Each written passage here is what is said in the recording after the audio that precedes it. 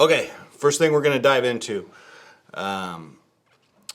You're going to take this course, but you might not be familiar with the types of companies that are out there or the types of jobs that are out there. So the first thing we want to do is get you familiarized with the different types of companies. If you follow your PDF chart, we printed out a flow chart for you. We go over some of the smaller to larger companies and the different career paths that you can take. One of the companies would be an investor-owned utility. Usually these cover large service territories and are investor-owned, so they're for-profit companies. Another way to go is to get in with a municipality. These are typically smaller companies that are either owned by cities or counties or what have you. So make sure to follow those, study those. It's a big decision to make to kind of decide which route you want to take. The other thing we're going to go over are some different types of positions. I myself went through an apprenticeship in the substation department. John here, he's been a lineman for 30 years now, right? Yes, sir. So he's got a lot of knowledge on that. But there are a couple of different positions available if you want to take that route. One of the things that's kind of unique is that the initial testing process and kind of the initial learning is going to be very similar for each position. And then after 6 months to a year, you would definitely start drifting apart and learning the different, More specialized type. more specialized type of work for the position you're applying for.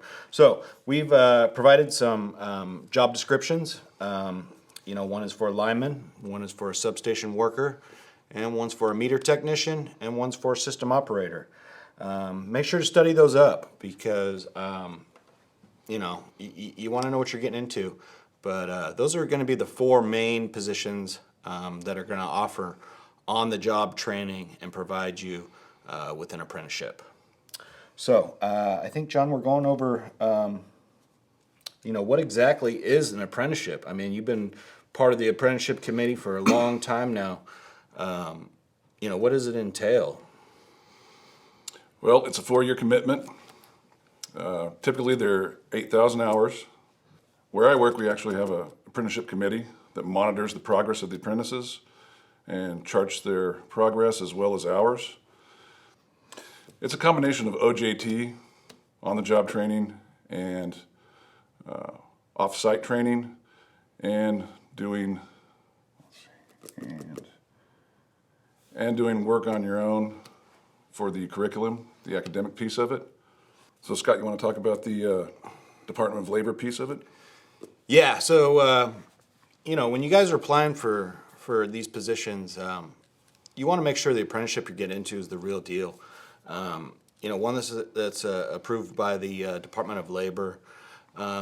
Usually the company will have a committee and a formal program for you to go through, and at the end you get a journeyman certificate.